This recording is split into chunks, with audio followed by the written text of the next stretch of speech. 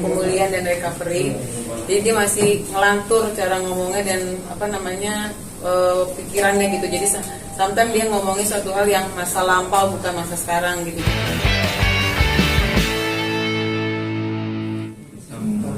Apa yang terkini kondisi dari sang suami sendiri sekarang sudah sejauh mana penyembuhannya?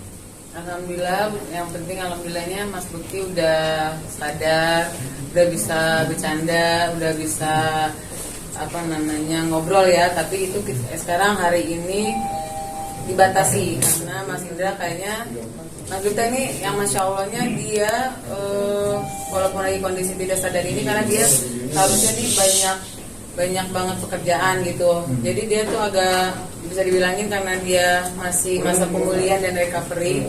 Jadi dia masih ngelantur cara ngomongnya dan pikirannya gitu. Jadi sometimes dia ngomongin suatu hal yang masa lampau bukan masa sekarang gitu. Jadi kadang lagi tidur tiba-tiba dia bangun kayak nyopot ada di jari itulah ya buat tensi. Terus kayak gitu dia bangun, bener-bener aku harus kerja jam berapa dia bilang gitu, jam 2 begitu dia mau kerja karena dia tahu hari ini dia harus kerja gitu. Terus jadi dia masih keinget tentang jadwal kerjaannya Ibu. Ya betul. Terus kayak gitu jadi ada flashback yang dia kadang ngomongin tentang masa kecilnya. Sometimes dia kayak cuma kayak bangun ini di mana gitu, cuma ini di mana, ada di ruangan mana. Jadi memang karena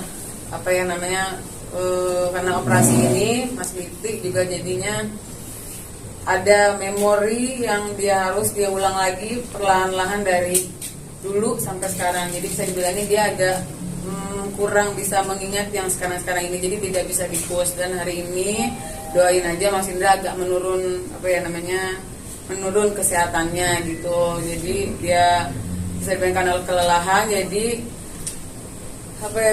tensinya jadi agak naik, terus pendarahan juga di saraf pembuluh darahnya itu jadi agak banyak lagi gitu. Jadi hari ini sangat jadi aku juga cuma datang ke kamarnya, cuma banyak diem. Kalau dia mau makan, aku cuma bangun untuk makan. Habis itu dia kita masukin obat untuk cepat dia tidur. Jadi alhamdulillah gitu, ini malam ini karena masih dibawa infus juga, jadi maksudnya tensinya balik lagi gitu. Jadi ini benar-benar lagi masa, kalau bisa dibilangnya ini penyakit yang memang kritis gitu buat Mas Bukti gitu.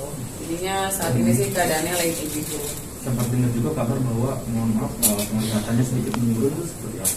Menurun itu bisa dibilangnya sebenarnya karena habis lagi operasi kemarin gitu. Jadi kayaknya ini sih besok kita baru mau cek lagi di MRI lagi. Sebenarnya harusnya besok tuh MRI kapasitas operasi itu gimana gitu. Tadi kan karena ada pendarahan dan aku juga kayaknya mau ngecek bagian matanya karena dia ngerasa hari ini kok buram dan bagian palanya sakit gitu. Jadi besok tuh mau di MRI. Jadi buram itu kayak dia sebenarnya bisa ngelihat tapi ngelihat orang tuh buram gitu. Jadi masih kenal dulu itu siapa. Terus itu diraba, terus dia bercanda. Dia nggak kenal sama orang ini. Dia sebut itu seharusnya Nana, tapi dia jadi Nani gitu. Tapi dia bercanda, terus aku bilang itu Nana sayang, aku bilang gitu. Aku tahu lah, masa aku dikasih tahu. Gitu. Alhamdulillah semua di ruangan ini dokter-dokter semua suster tuh happy sama Mas Bukti, walaupun kayak gitu dia tuh tetap Mas Bukti yang seperti dulu gitu ya. Luar biasa, walaupun masih semangatnya dia masih luar biasa gitu. Jadi aku juga harus di depan dia harus kuat dan nggak boleh liatin aku nangis karena saat ini dia butuh aku gitu. Dan aku bersyukur banget walaupun dia buram, dia nggak bisa mengingat masa yang sekarang ini gitu, tapi dia masih ingat aku gitu, masih dia momen-momen sama aku tuh dia inget banget gitu. Walaupun saya awal-awal aku ngambek apa gimana itu dia bawa nangis gitu. Terus dia bilang aku tuh sayang banget sama tuh cewek. Terus kata teman aku, sahabat aku, siapa namanya, Lila Grita, wanita paling aku cinta, kata dia bilang gitu. Terus buat aku itu aku bersyukur banget karena yang lainnya mereka masih meraba-raba gitu ya. Alhamdulillah, makanya aku berusaha banget. Kenapa aku juga tidak mau memposkan wajah suami aku, karena memang bukan untuk saat ini gitu, karena keadaannya juga masih kritis dan aku nggak sanggup aja untuk melihat pos suami aku. Jadi aku cuma ngupdatein keadaan dia tuh lewat tangan sometimes gitu. Nanti kalau memang gitu nanti aku mungkin aku bisa kasih cuma suara-suara dia yang bisa memperlihatkan kalau dia tuh ya kalau untuk suara apa semangatnya itu masih luar biasa. Cuma sekarang ini dokter pun bilang Mas Bekti itu semangatnya luar biasa. Sampai tadi itu tensi dia sempat naik juga karena sakit kepalanya itu dia slow banget tuh yang kayak jangan pusing dong, minta obat dong gitu. Jadi itu buat dia, tapi buat para keluarganya ini tolong dijaga banget kata dia bilang gitu. Jadi aku cuma ngadepin dia, kenapa Bun? Oke, aku bilang gitu. Tapi kita keluarga tetap harus menjaga informasi-informasi yang ada dari dokter gitu. Cuman kalau untuk sensorik dan motoriknya udah Alhamdulillah bersyukurillah. Kalau untuk dari tangan, kaki, semua tuh sampai dokter, ayo coba tangannya, ayo kayak tendangannya, semua sampai dicek jantung semua gitu, semua alhamdulillah. Karena tuh masalahnya cuma dia ngerasa pusing banget palanya, terus palanya sama mata sih dia masih aku worryin gitu. Jadi itu yang masih, karena palanya itu sakit karena dia masih ngeluarin darah gitu. Karena dia tuh kalau ngomong saking antusiasnya itu yang bikin dia juga tensi agak naik gitu. Karena dia ngomong tuh sambil mikir, tidur aja bisa-bisa kebangun kaget cuma ngomongin hal nggak penting, bukan nggak penting Bu. Jadi kadang ngomongin tentang kerjaan kaget gitu.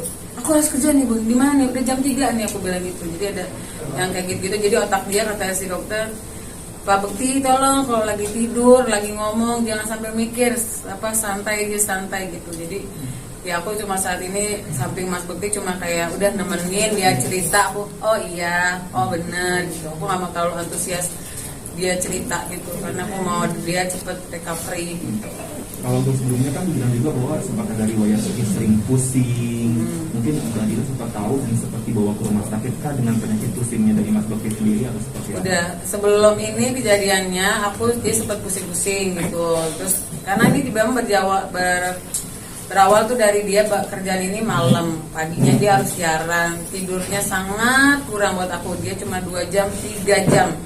Terus ada sampai dia pernah nerima kerjaan dari pagi, dia pagi lagi dia harus berangkat, jadi dia tidak tidur. Pagi dia harus ngejar lagi siaran. Jadi saat itu udah mulai tuh kepala dia pusing banget. Aduh, yang dia tuh dulu tuh sebenarnya bisa nahan banget pusing gitu. Terus hari kok dia sampai kayak sakit banget ya, sampai dia mau pingsan. Aku bawa deh ke salah satu rumah sakit. Kita sempet juga cek MRI. Aku nggak tahu kenapa di situ dibilanginnya clear untuk bagian pembuluh darah di kepalanya. Tapinya ternyata di sini sampai dia jatuh pingsan ini, di sini ternyata kok dia ada gitu. Aku juga agak aneh gitu. Nah terus semuanya dia malah cuma dibilangin saraf kejepit bagian ini, katanya ada saraf kejepit sampai di kaki. Aku sempat mau bawa ke herbal, tapi karena dia waktunya juga lumayan padat gitu sampai mau tahun baru ini, jadi nggak jadi. Tapi itulah yang bikinnya, tapi namanya ya udah dari takdir Tuhan lah ya. Jadi saat ini ujiannya buat Mas Bekti dan aku, ya kita harus sama-sama kuat, semoga bisa ngelewatin ini gitu. Amin.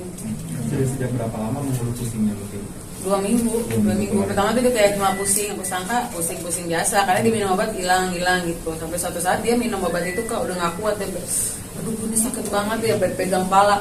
Udah besok cek aku bilang cek, oke. Kita sempat kan maksudnya jadi kita sebutnya kita nggak mau pusingin, kita dua-duanya sama sakit sebenarnya saat itu. Kita staycation gitu, karena staycation di rumah sakit ditanya karena mau ngecek seluruh tubuh kita. Kita dua-duanya baik, dia juga baik. Itulah gitu udah 2 minggu itu, tapi ternyata 2 hari sebelum bukan 2 hari sih. Setelah itu pas malam dia ulang tahun itu kejadian gitu. Dari 2 hari sebelumnya aku baru dari rumah sakit itu. Pak, cuman kan tensi Kak Bekti sendiri kan naik turun nih dari kemarin katanya gitu. Mungkin kalau memang hingga esok hari tetap naik turun itu dokter akan ada tindakan apa? Ya sih, kalau tensi dia tetap naik ini, kan hari ini dia masih infus kan. Dokter cuma bilang ini kita lagi mau usaha dia tanpa infusan. Karena kan kita mau realitinya mau menurunkan darah yang ada di kepala dia sama tensinya tetap stabil gitu. Jadi kayak dia berharap kalau memang besok belum juga, kita tetap ada namanya MRI buat ngecek mata sama kepalanya. Kenapa? Untuk melihat kapasitas si apa ya maksudnya pendarahan di kepalanya ini berkurang atau bertambah. Semoga ya mohon doanya semoga besok Mas Bukti amat berkurang gitu, matanya tidak ada apa-apa gitu. Jadi kalau memang habis itu dia memang keputusannya masih belum, sepertinya akan ditambah lagi masa dia di ICU. Apakah sebenarnya kayak gitu? Bagaimana yang bikin Mbak tegar ya tidak seperti ini saat nggak pulang ke rumah apa yang menjadi suami setiap waktu? Udah tugas sih, ya bukan aku udah tugas istri sih. Kalau dibilangin sedih banget gitu karena ngadepin Mas Bukti yang dia harus kehilangan memori, sometimes dia juga sempat dia harus lupa yang ke depan ini, sometimes dia suka lupa nama anaknya awal-awal gitu. Aku agak oh my god dia lupa nama anak gitu, aku nggak mau yang apa ya nge-push dia juga gitu. Tapi baru tadi pagi aku bersyukur banget dia bisa nyebut nama anak di mana, anak di mana aku mau ketemu gitu. Terus aku bilang ada di sana lagi main gitu.